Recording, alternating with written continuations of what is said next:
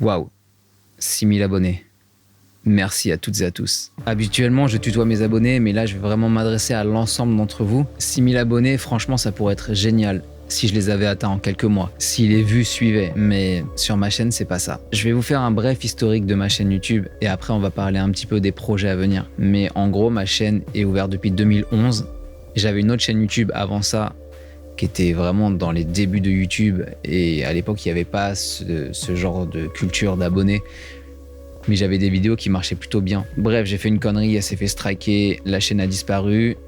Je voulais abandonner YouTube et je me suis relancé en 2011, en janvier 2011, quand Cyprien était dans le 12 Info sur Énergie 12 et que j'avais repris le générique du 12 Info en acoustique. Et il me fallait un endroit où héberger la vidéo, donc je l'ai mise sur YouTube pour qu'il puisse la récupérer et la diffuser dans le 12 Info.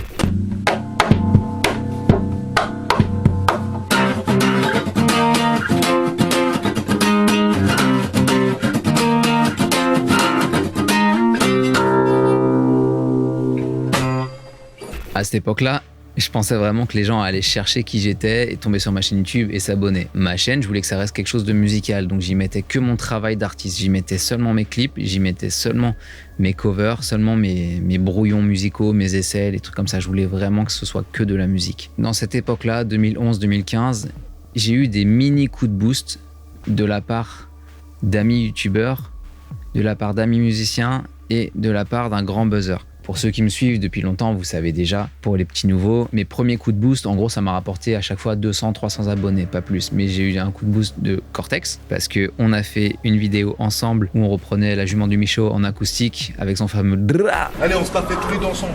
Ok, ça marche. 3, 4. Cortex viendra, les gars, Cortex viendra. C'est à ce moment-là qu'il faut lever les bras. Cortex viendra, les gars, Cortex viendra. C'est à ce moment-là qu'il faut lever les bras. Voilà, tu l'as fait comme ça dans ta prochaine vidéo. Allez voir la vidéo, franchement, vous comprendrez. C'était une petite parodie, c'était humoristique et derrière ça, il y avait un faux clash. Et toi, avec le petit chanteur de merde, là, t'arrives même pas à chanter. Ton nom, j'y arrive pas, non. Tu peux venir m'aider? Putain, mais oh là là, j'en ai marre, mais tu me fais chier, mec, hein. Ouais, mais j'arrive Putain, pas. mais c'est comme ce con là, comment c'est. Mais. Sky en a clair, hein. Ces musiques de merde, ces clashs de Sky. Mais tellement qu'il est difficile. C'est de la merde ton blaze de merde. Tout comme il dirait Jean-Pierre Coff, c'était de la merde. Parce qu'à l'époque, je l'avais clashé sur une musique instrumentale que j'avais faite, que je voulais garder pour un projet de musique classique. Et au final, j'en ai fait un petit beat de rap et je me suis lâché sur Cortex à ce moment-là. Il ne l'avait pas entendu, mais quand on s'est rencontrés pour ce projet musical, entre guillemets, j'ai été honnête avec lui. Je lui ai dit franchement... avant de te connaître, j'avais une sale image de toi et j'avais fait ce clash et tout. Je lui ai envoyé, il a écouté, il avait trouvé ça marrant. Et bref, voilà, on avait fait une vidéo qui était sur sa chaîne pour annoncer la petite parodie acoustique qui était sur la mienne, donc ça m'a rapporté quelques abonnés. Dédicace à Sky Narcléa, comme tu sais, même si c'est dur à dire, comme tu sais, aïe, Cortex 91, les pyramides, la nouvelle vidéo qui arrive pour bientôt, donc faudra la regarder. Et c'est Cortex vient, et c'est à ce moment-là qu'il faut lever les. J'ai eu un boost de la part de Ganesh 2 avec qui j'ai beaucoup travaillé et du coup il m'a régulièrement mis en avant dans ses vidéos, donc régulièrement j'avais des abonnés, enfin j'avais des gens qui venaient s'abonner à ma chaîne, qui mettaient des commentaires et tout, et ça fait super plaisir. Et j'ai eu un autre boost de la part de Azarka, avec qui à l'époque je collaborais musicalement. Il avait posé des voix sur un morceau de mon premier album, j'ai beaucoup bossé avec lui sur ses morceaux à lui, et donc en échange il m'a fait un peu de promo sur sa page Facebook. Ça, ce sont les 3 personnes en qui je suis vraiment très reconnaissant d'avoir essayé de me propulser à l'époque. Ils avaient une large audience, malheureusement ça a jamais pété sur ma chaîne. J'ai eu un autre petit coup de boost aussi, je suis passé 2 fois dans les streams de Antox Colaboy à l'époque où il faisait des recommandations de chaînes YouTube. Je suis passé 2 fois dedans. Je crois qu'il y avait un live sur YouTube et un live sur Twitch et ça m'a jamais vraiment rapporté d'abonnés. J'ai dû en gagner peut-être 15-20 à tout casser. Alors que les autres personnes qui présentaient gagnaient, je sais pas, des 500, 900, 1000 abonnés, des trucs comme ça. Et j'ai toujours eu la poisse à ce niveau-là, franchement. Et de très nombreuses fois, j'ai voulu arrêter. Mais j'ai jamais considéré le fait d'arrêter YouTube comme le fait d'arrêter YouTube. C'est-à-dire que j'ai toujours détesté les gens qui disaient « j'arrête YouTube ». Parce que pour moi, YouTube, c'est intemporel. Tu peux ne pas poster pendant 2 ans et revenir plus tard. Et j'appelle pas ça un comeback, tu vois. C'est comme dans la musique où un artiste sort un album et il en sort un autre 10 ans après, et si entre-temps il n'a pas fait de concert ou quoi, il n'a pas forcément arrêté. C'est juste qu'il avait d'autres projets, il avait d'autres choses à faire dans sa vie et il revient dessus quand il veut. J'estime qu'on ne peut pas mettre un terme, tant qu'on n'est pas mort, il n'y a pas un terme définitif au travail qu'on fait. J'ai tenté quelques fois d'être mis en avant. Vous savez, à l'époque, Doc7 faisait des saluts internet, je lui en ai envoyé 2 et j'ai jamais été accepté. Après, il a arrêté ce concept et j'ai jamais été accepté dans les saluts internet. C'est dommage parce que j'ai connu beaucoup d'amis à moi, beaucoup de potes, beaucoup de collègues youtubeurs qui sont passés dans les saluts internet et leur chaîne a explosé. Je sais plus si j'ai testé d'autres choses, mais bref, j'ai un long parcours derrière moi depuis 2011 qui fait que ma chaîne n'évolue absolument pas. À partir de 2017-2018, j'ai commencé à me focus sur l'aspect son sur ma chaîne parce que je suis ingénieur du son, de métier et de formation. Et du coup, je voulais vraiment mettre en avant ça. Je regardais les vidéos d'Étienne Tremblay de la machine à mixer et je me suis dit, mais en fait, c'est super cool d'avoir des ingé-sons sur YouTube qui peuvent t'apprendre des choses, même sans forcément dévoiler tous les secrets de l'industrie, mais au moins des petits tips pour les personnes qui veulent se lancer dans le son. Et après, vous faites votre chemin comme vous voulez, vous apprenez, vous suivez des masterclass, libre à vous de faire ce que vous voulez derrière. Mais ouais, j'ai toujours trouvé ça cool, donc je me suis dit, vas-y, je vais me lancer. Mais à l'époque, mes vidéos étaient molles, ça manquait de dynamisme, ça manquait de plein de choses. Le décor, c'est ma chambre, depuis toujours. J'ai pas d'autre lieu pour tourner, on va y revenir. Je vis dans un espace très restreint où je dois condenser ma partie musicale, donc tout le matos musical, tout le matos de son, mon lit. J'y connais rien en maths, mais je pense que c'est un 10 mètres carrés et j'ai les combles. Et j'ai cherché plusieurs fois à changer de spot dans ma chambre. Il y en a eu un ici, il y en a eu un là-bas, maintenant il y a celui-là. Je me suis jamais trouvé. Ma chambre, elle est très complexe en termes d'agencement, en termes d'ergonomie, en termes d'éclairage, en termes de... Même pour pouvoir respirer, il y fait super chaud, je suis sous les combles, j'ai le soleil qui tape là contre la fenêtre tout l'après-midi, donc j'ai dû mettre une bâche devant pour occulter un maximum et un film solaire dessus. J'ai la chaleur de tout mon matériel hardware, de l'ordinateur, des écrans, de tout ça. J'ai très peu de place. Franchement, là, pour marcher, j'ai même pas 1 mètre carré de libre. Je déteste vivre dans le bordel, je déteste vivre dans la crasse, mais dans ma chambre, c'est compliqué de nettoyer, c'est compliqué de ranger, j'ai beaucoup trop de matos, c'est pas adapté. Et bien que je vive en maison, je vis chez ma famille, j'ai une pièce à moi, c'est ma chambre. J'ai rien d'autre, je peux mettre mon matos nulle part ailleurs. Le garage, il est déjà plein, c'est le bureau de mon père, c'est investi par mes frères également. C'est aussi un espace de stockage général. J'ai rien d'autre que ma chambre pour tourner mes vidéos. Je travaille dans l'audiovisuel, donc j'ai du matériel pour me filmer, j'ai de l'éclairage, j'ai de quoi m'enregistrer. J'ai énormément investi également pour ma chaîne YouTube, mais de par mon travail, j'ai apporté des éléments de mon travail dedans. Sauf que je suis tout seul à réaliser ça, comme beaucoup de petits youtubeurs.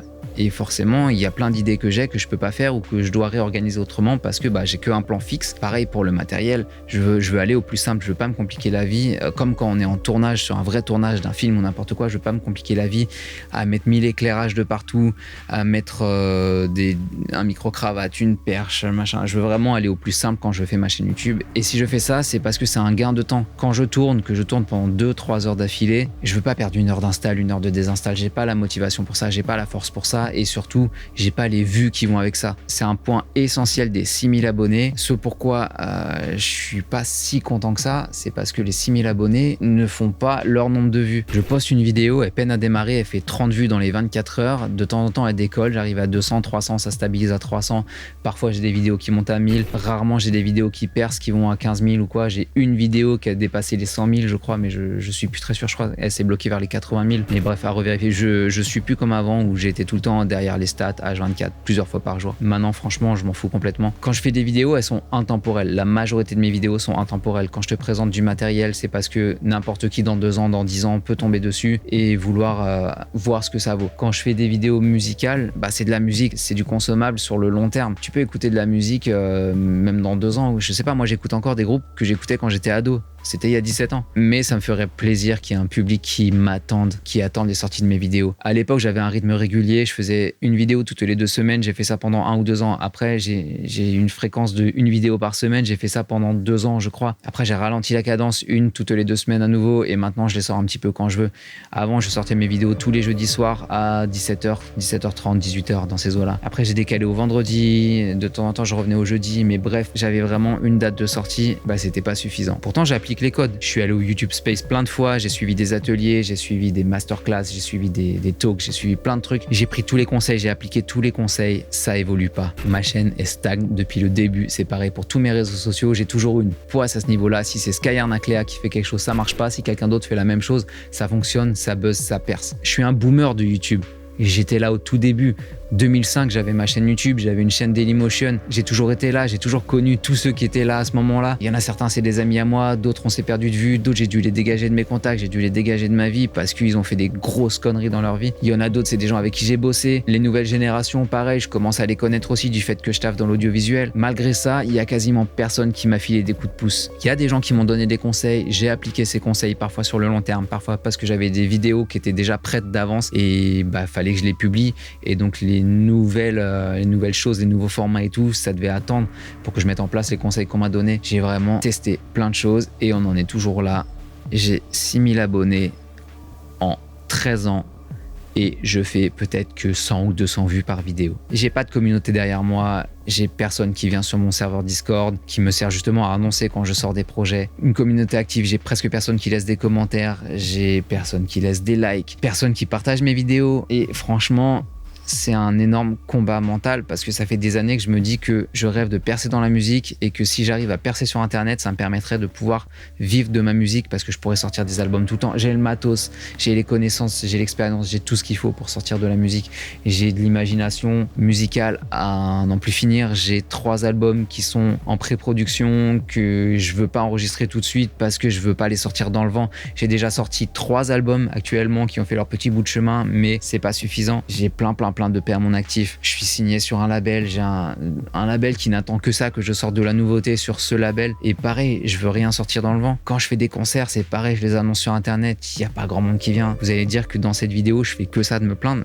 Mais en fait, c'est la triste réalité de cette chaîne YouTube. J'ai pas envie de tout recommencer à zéro, d'ouvrir une nouvelle chaîne, de devoir changer de pseudonyme et tout. Non, c'est pas ça.